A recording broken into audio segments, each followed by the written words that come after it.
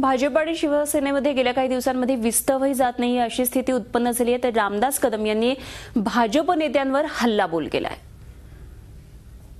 देवेंद्र फडणवीसला की इथं तुमचे बोर्ड पाहिले आम्ही बेरोजगारी हटवणार आहोत, आम्ही इथे कचऱ्यावरती वीज बनवणार आहोत। आता कचऱ्यावरती वीज बनवायचं काम कोणाचं?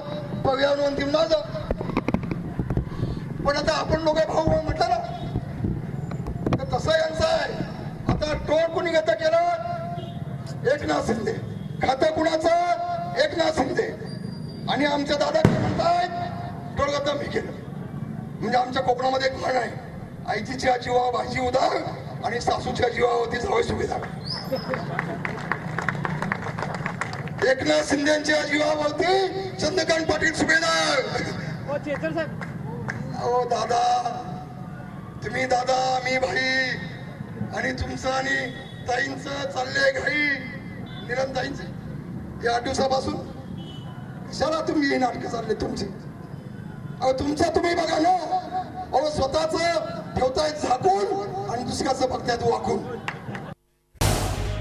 झी 24 तास रहा एक पाऊल पुढे।